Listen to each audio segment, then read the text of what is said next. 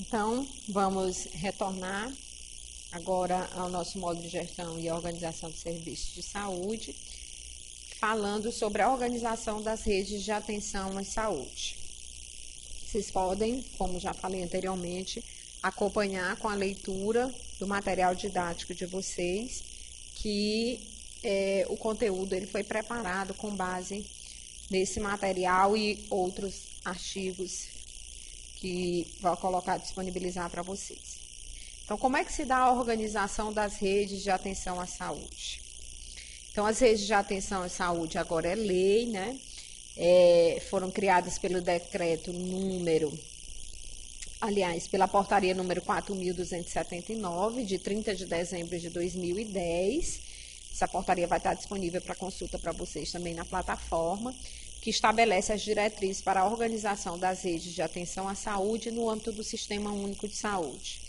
E logo em seguida, em 2011, pelo decreto número 7.508 de junho de 2011. No seu artigo 7, esse decreto diz que as redes de atenção à saúde estarão compreendidas no âmbito de uma região de saúde ou de várias delas, em consonância com as diretrizes pactuadas nas comissões intergestoras. Para quem não tem conhecimento, essas comissões intergestoras são as comissões de gestão em saúde, são elas comissões intergestoras bipartite e as comissões intergestoras tripartites. Bipartite, estados e municípios, tripartite, estado, municípios e governo federal. Certo? Então, o conceito de rede de atenção à saúde. O que seria essa rede? É bom a gente pensar numa rede no modelo de uma rede mesmo, né? O que é uma rede? Né? O entrelaçado de linhas, a ligação dessas linhas. São arranjos organizativos de ações e serviços de saúde de diferentes densidades tecnológicas, né? Que são integradas por meio de sistemas e apoio técnico, logístico e de gestão. E esses arranjos, eles buscam garantir a integralidade do cuidado. Esses arranjos, eles são de acordo com a necessidade de cada região, como a gente já viu, as redes elas devem ser organizadas regionalmente, principalmente para respeitar aí as particularidades de cada região, uma vez que essas regiões elas têm as suas necessidades diferenciadas e elas precisam ter esse seu planejamento obedecido pelas suas particularidades. Então, a gente não pode pensar uma rede igual para o Piauí, para São Paulo, para o Maranhão. Cada região, mais especificamente, ela precisa ter a organização da sua rede considerando as suas necessidades, certo? Então, o objetivo da rede é promover a integração sistêmica de ações e serviços de saúde com provisão de atenção contínua e integral, de qualidade, responsável e humanizada, principalmente para incrementar o desempenho do sistema de saúde em termos de acesso, de equidade, de eficácia clínica e sanitária e de eficiência econômica.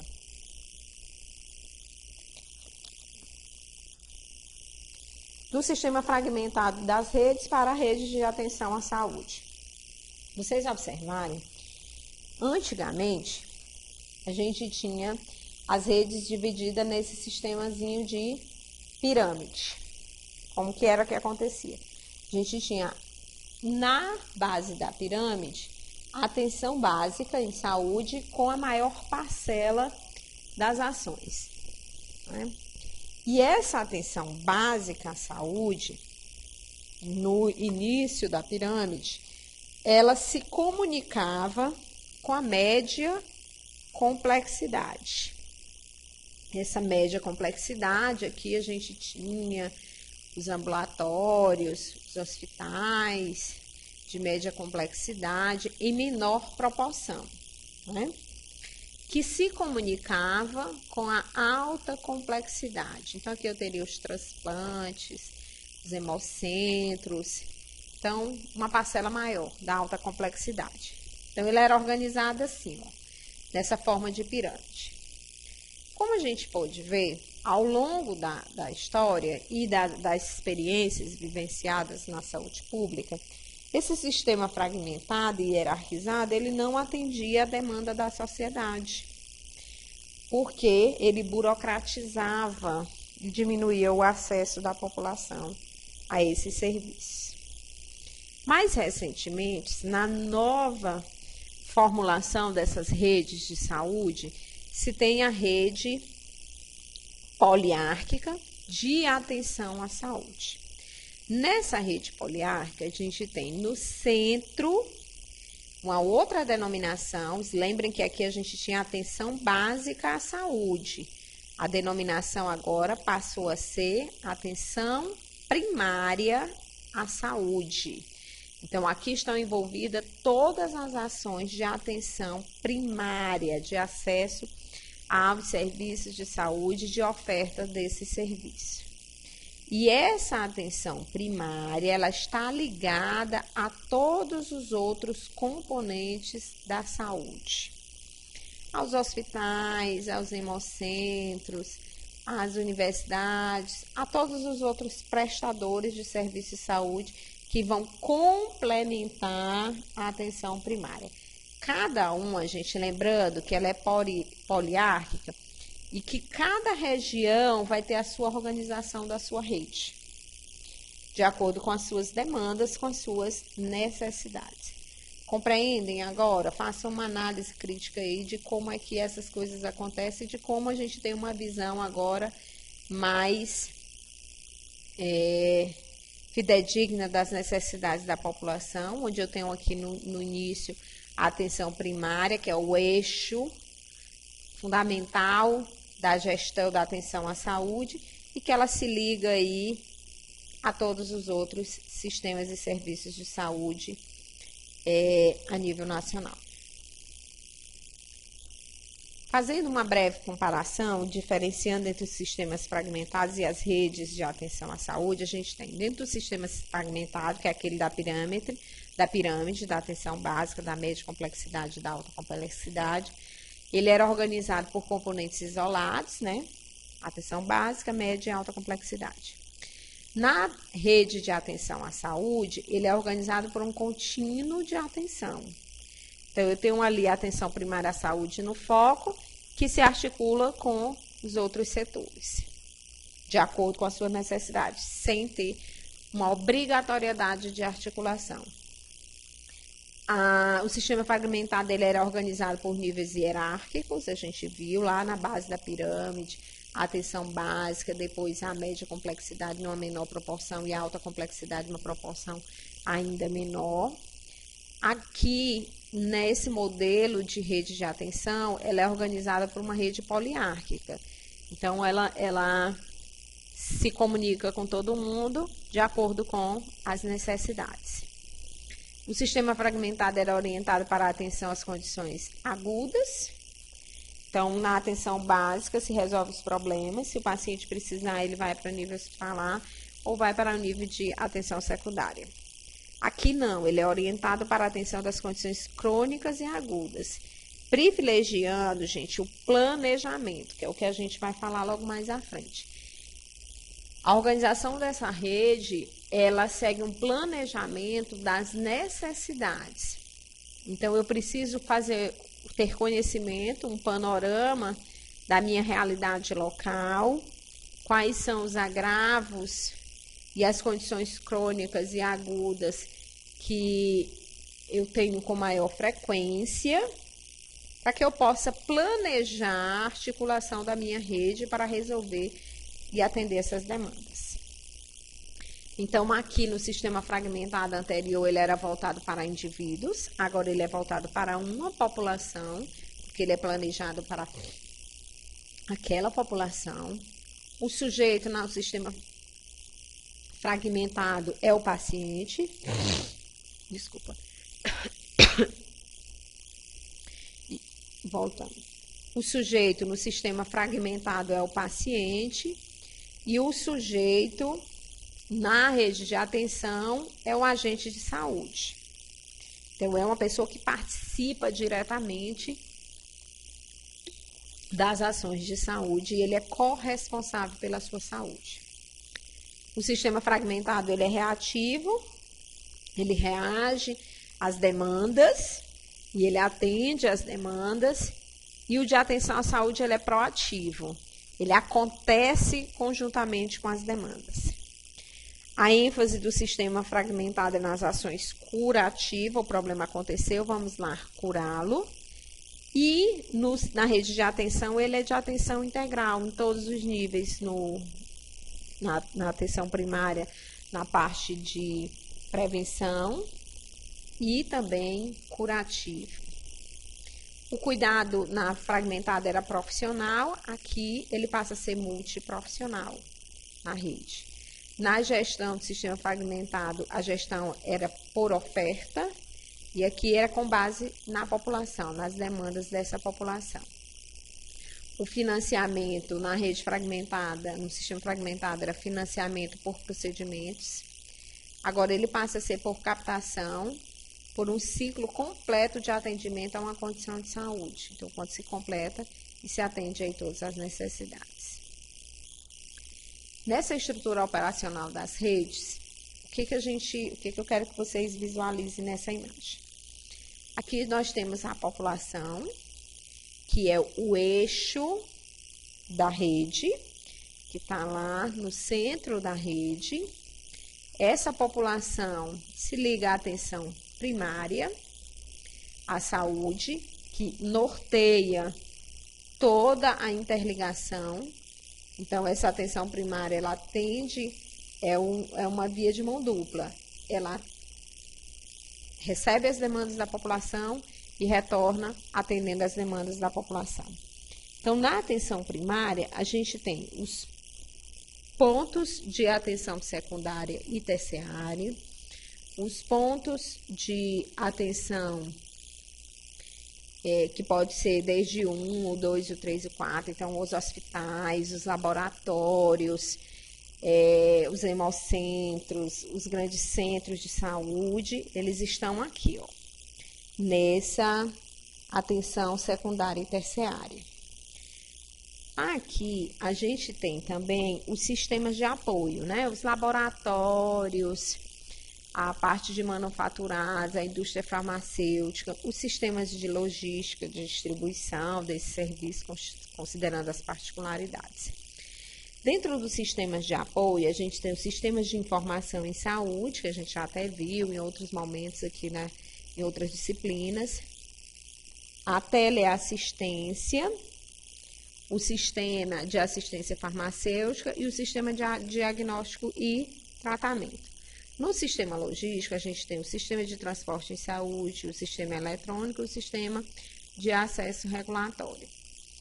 Dentro desse eixo, a gente vai ter aqui a população, né, uma família aqui representada. A gente tem o município responsável pela atenção primária, as micro-regiões pela atenção secundária e as macro-regiões pela atenção terciária. Na atenção primária dos municípios, a gente tem as unidades de atenção primária à saúde, as unidades básicas de saúde, as estratégias de saúde da família. Nas micro-regiões, nós vamos ter ambulatórios especializados micro-regionais. Então, os ambulatórios, os hospitais, que não são de alta complexidade. Quando a gente tem na macro-região, que eu tenho uma atenção terciária, aí eu já vou ter os hospitais macro-regionais, hospitais de alta complexidade nos grandes centros, e eu vou ter também a parte de ambulatório e diagnóstico. Então, observem que aqui a gente consegue visualizar, inclusive, as responsabilidades de cada um, dos municípios, das regionais, dos estados, tá? Então, essa é a estrutura como se deve operacionalizar as redes. Lembre, ó, vejam que a parcela maior aqui é da atenção primária. A maior ênfase tem que ser dada para a atenção primária. Então, um cuidado ambulatorial de especialidades. Está dividida, a rede está organizada nesse cuidado ambulatorial de especialidade, nos serviços diagnósticos e de terapia e nos serviços de emergência e nos hospitais. Lembrando mais uma vez, como é em rede e atende às demandas da população, é obrigado a atender às necessidades de cada um, certo? Com relação às redes de atenção primária à saúde, como é que elas devem ser organizadas? Elas devem ser organizadas por meio de linhas de cuidado. Vocês vão ler, vão ouvir falar muito ainda, e eu sugiro que vocês busquem essa leitura para compreender essas linhas de cuidado. O que são essas linhas de cuidado? É o planejamento em cima exatamente daquilo que se necessita, se trabalhar exatamente em cima da necessidade de cada macro-região ou região ou município. Em geral, essas linhas de cuidado são organizadas ou programadas para problemas de saúde considerados prioritários. Se vocês observarem, hoje a gente tem as políticas de saúde, elas são voltadas para linhas de cuidados. Na área da saúde da mulher, da criança, na área da urgência e emergência, na prevenção das doenças crônicas. Então, existem ali essas áreas específicas e consideradas prioritárias. Na prevenção das doenças sexualmente transmissíveis e assim por diante. Essas áreas, elas são consideradas prioritárias do ponto de vista tanto epidemiológico ou consideradas de relevância a partir de recortes populacionais. Por isso que a rede ela tem que ser organizada de acordo com a necessidade de cada município, de cada região e de cada população.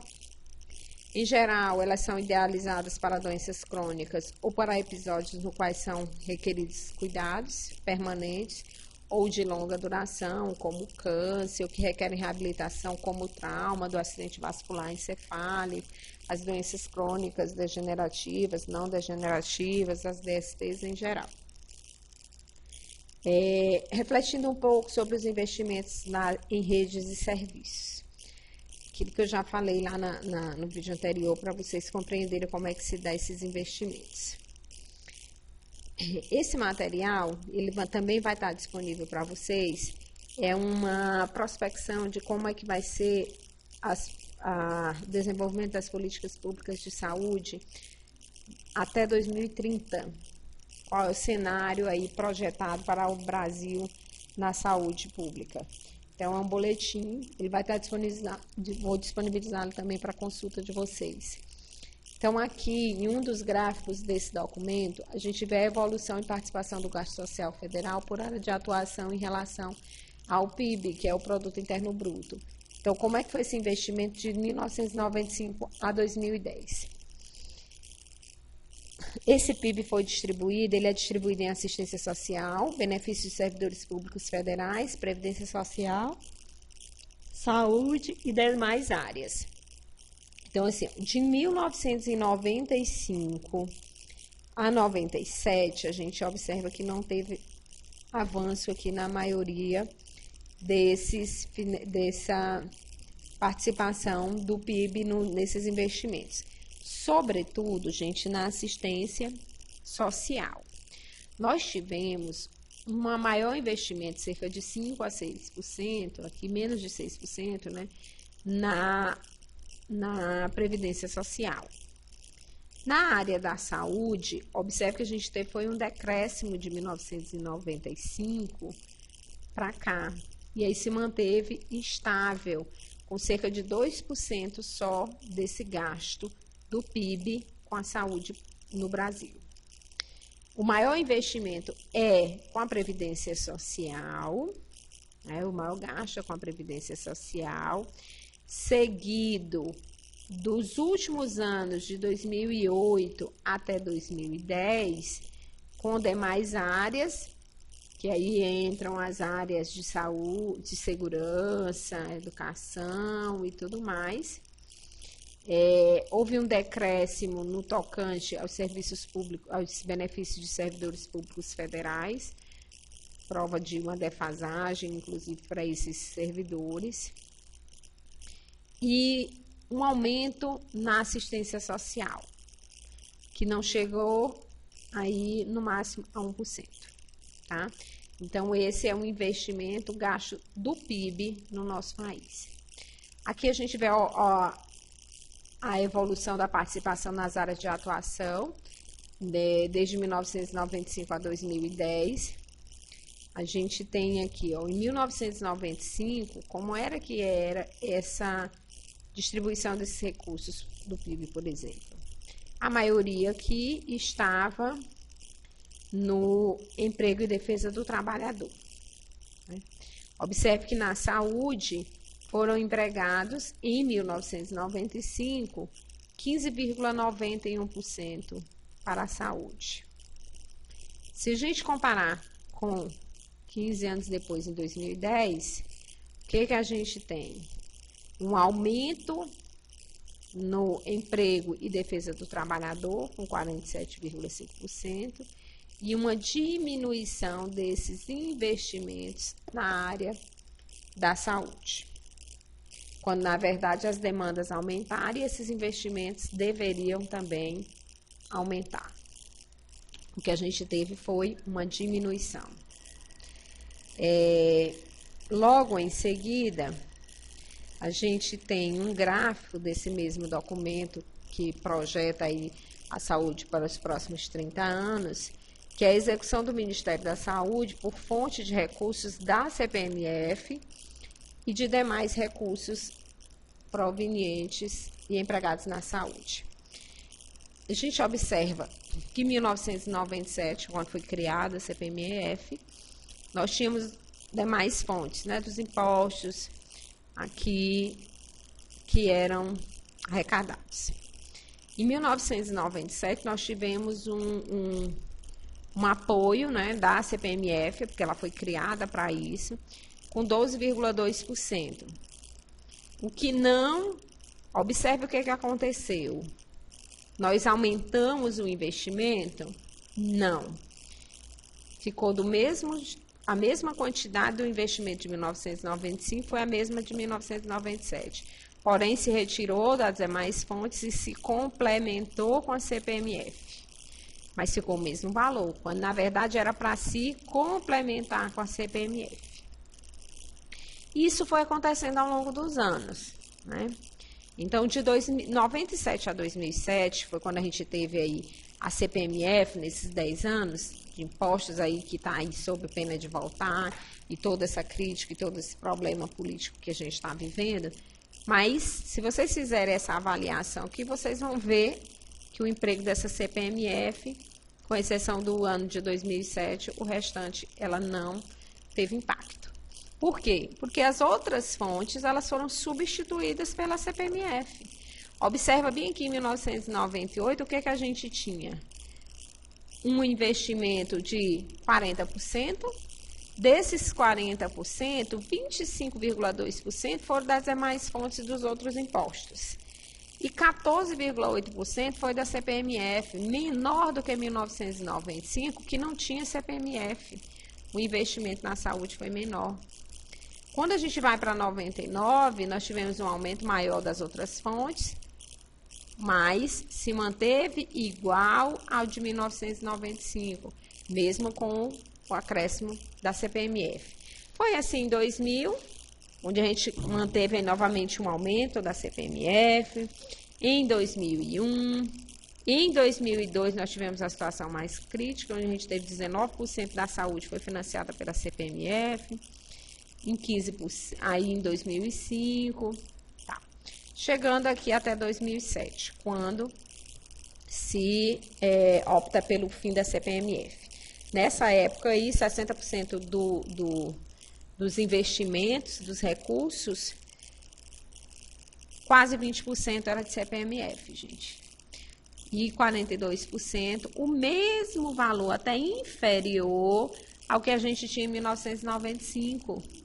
Então, de 1995 a 97, o governo não investiu mais das outras fontes. Ele estagnou e deu um upgrade aí com a CPMF. Se tira a CPMF e o governo teve que continuar investindo, ainda sem a CPMF. Um pingo em 2008 e 2009. 2010 e 2011 a gente já não tem mais CPMF. E aí está aqui. Com a queda da CPMF, o governo teve que novamente retirar dinheiro de outras fontes para financiar. Sendo que em 2011 a gente teve um gasto maior com saúde desde 2011. Tá? Então a gente observa aqui toda essa desarticulação no financiamento da saúde pública. Com relação a transferências federais para os estados e Distrito Federal. Se vocês depois tiverem acesso, tem um portal da transferência, em que você consegue identificar todos esses repasses de recursos para cada município. Tá? Consegue identificar. Então, de 2001 a 2010, o que a gente teve? A soma de todos os programas é esse verdinho, o programa de atenção hospitalar e ambulatorial e o programa de assistência farmacêutica. Então, em 2001, o programa de assistência farmacêutica ele não teve investimento, mínimo a quantidade de investimento, e o maior investimento foi no programa de atenção hospitalar e ambulatorial. 2002 segue da mesma forma, em 2003 a gente já teve um incremento maior na assistência farmacêutica, em 2004 um pouco mais de incremento na assistência farmacêutica. Observe que é a atenção da soma dos outros programas, e aqui entram toda a saúde pública em geral, da atenção básica e primária, que é saúde da família, saúde bucal, em geral, fica bem aqui. A maioria vai para o programa de atenção hospitalar e ambulatorial. Isso segue. Então, numa rede de atenção à saúde, em que o privilégio tem que ser dado para a atenção primária, observe que o mínimo de transferência é feito para essa área. A maioria é para a atenção hospitalar e ambulatorial. Ainda há esse privilégio da atenção hospitalar e ambulatorial no nosso país, porque não se investe em ações de atenção primária. Observem que de 2001 a 2010 a gente teve investimentos baixíssimos nessa área, tá? Logo mais à frente, a gente tem a transferência federal para os municípios por programas, gente. O programa de atenção básica, de 2001 a 2010, ele teve um aumento considerável de quase 4,8% em 2010, em 2009, e foi assim ao longo, mas nada significativo que não ultrapassa o programa, por exemplo, da atenção ambulatorial e hospitalar, que ao longo dos anos ele recebeu maiores investimentos aí para o município. A atenção farmacêutica ela continua com baixos investimentos e outros programas, como de DST em geral, eles ficam aqui com investimentos também permanentes ao longo desses 10 anos. Com relação ao financiamento do sistema de saúde no Brasil, comparado a outros países, o que a gente tem? No Brasil, o gasto com a saúde, ele chega a $348 por habitante, enquanto é o menor investimento por habitante, considerando países como Argentina, México, Colômbia, a Dinamarca, o Reino Unido e todos os outros. Então, a gente tem aí um investimento menor. Embora a gente tenha aqui o Brasil investindo mais que a Venezuela, mas quando você tem o gasto público da Venezuela, ele é maior do que o do Brasil. Então, a gente tem o Brasil como um dos países com um gasto público em saúde menor do que os outros países, como Suécia, Espanha, Canadá, Reino Unido, Dinamarca e até mesmo a Venezuela e a Argentina. Então, é algo para se pensar. porque se gasta muito no Brasil com o sistema de saúde privada, um privilégio da privatização da saúde pública.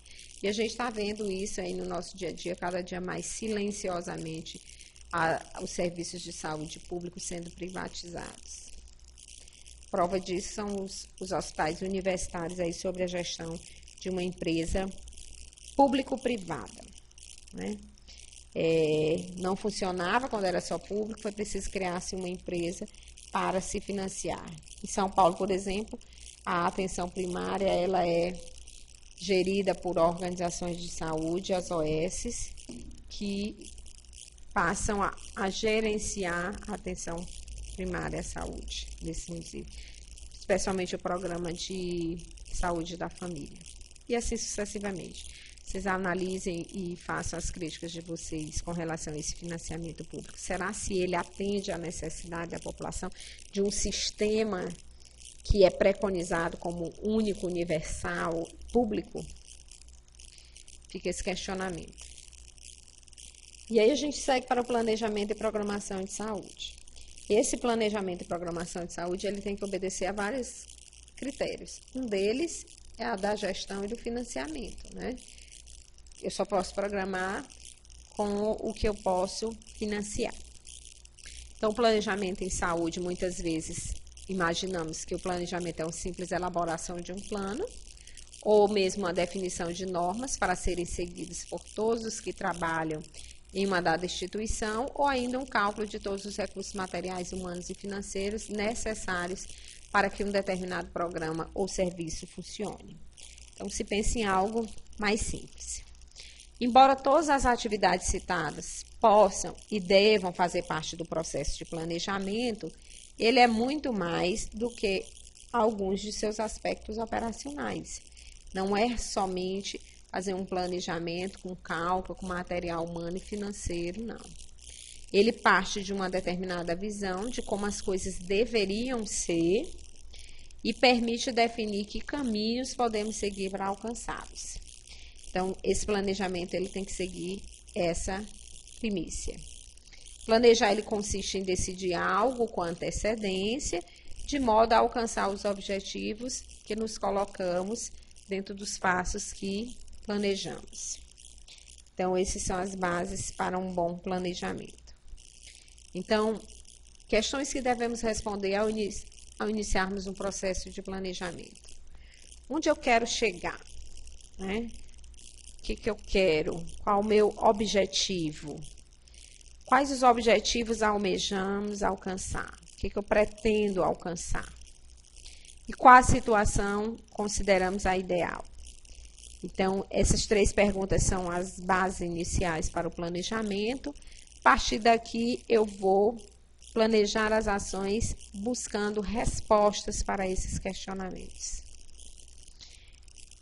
E aí, a gente sugere algumas etapas do planejamento. Primeiro, identificar o problema.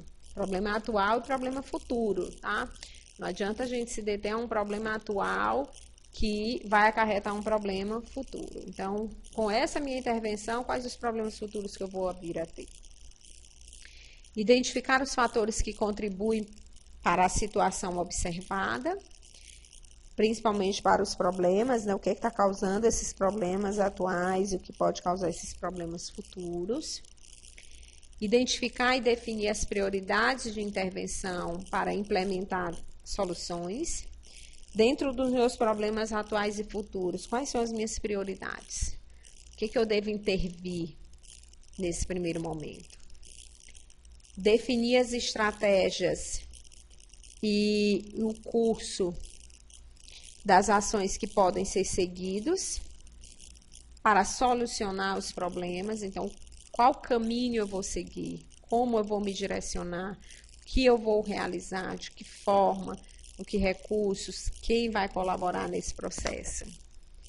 Definir os responsáveis pelo desenvolvimento dessas ações, e aí é importante a gente definir responsáveis diretos e definir os procedimentos de avaliação que vão permitir o monitoramento. Cheguei ao meu objetivo, como é que eu avalio se esse objetivo foi alcançado? Tá?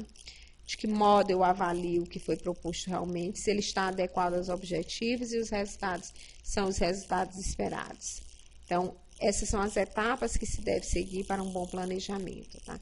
Então, eu identifico, eu defino prioridades, eu implemento soluções, defino as estratégias, defino o responsável e defino quem vai avaliar e de que forma eu vou avaliar para saber se eu atingi os meus objetivos.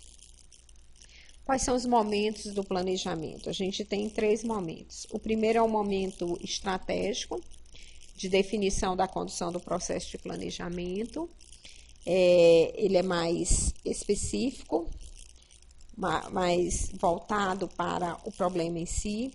E aí a gente vai para o momento tático, que ele deve ser a curto prazo, habitualmente é compreendido pela programação com as etapas específicas das ações que serão executadas, e depois é o momento operacional, que é o momento da execução propriamente dita, em essência no âmbito da gestão. Como eu vou executar, operacionar a prática em si.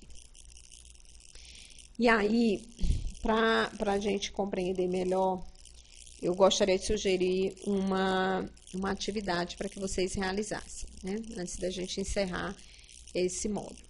Além de todas as atividades de fórum, de exercício e de avaliação, vai estar contido no plano de ensino como processo avaliativo também, se vocês observarem no plano de ensino.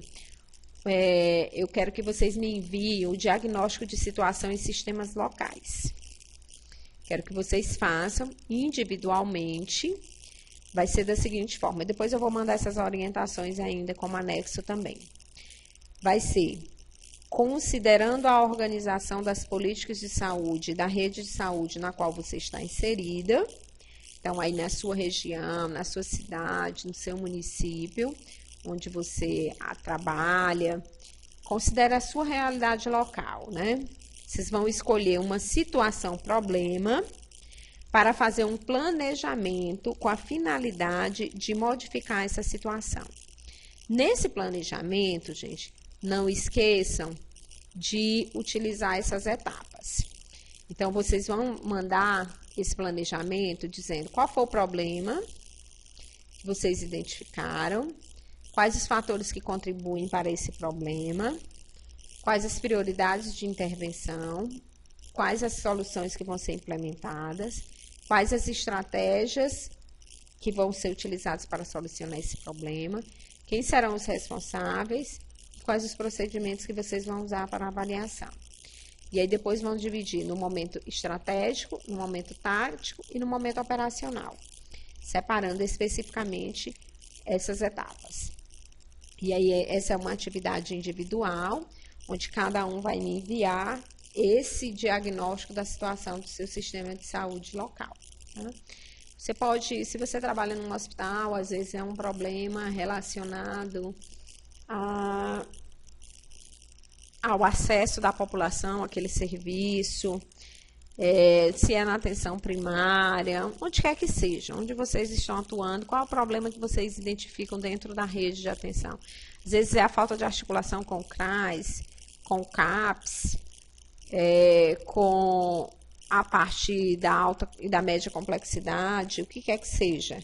Ou é algo mais específico de acesso da população a um posto de saúde, especificamente, posto de saúde que não atende a necessidade da população, que ele não atende a demanda, que ele é superlotado e tal, que não tem profissionais, não sei, fica a critério de cada um, tá? Eu vou estar à disposição para colaborar com vocês, para tirar dúvidas, e esse era o nosso tema para ser discutido nesse nosso encontro online, né? Espero ter contribuído com vocês e ter despertado aí maiores curiosidades nesse processo de empoderamento e de conhecimento sobre sistemas de gestão e financiamento em saúde e planejamento em saúde. Espero realmente ter contribuído e coloco à disposição para dúvidas futuras. O material de apoio vai estar na plataforma, na disciplina, E desejo a todos um Feliz Natal, um próspero Ano Novo, que esse ano de 2006 ele seja um ano muito feliz para todo mundo, que vocês consigam alcançar aí todos os objetivos de vocês, seja um ano muito próspero, de muita saúde, e são esses os meus votos, né, de Feliz Natal e Feliz Ano Novo, muita paz, muita saúde para todos. Grande abraço e a gente se encontra aí nos fóruns e em outros momentos durante a nossa vida profissional. Muito obrigada a todos.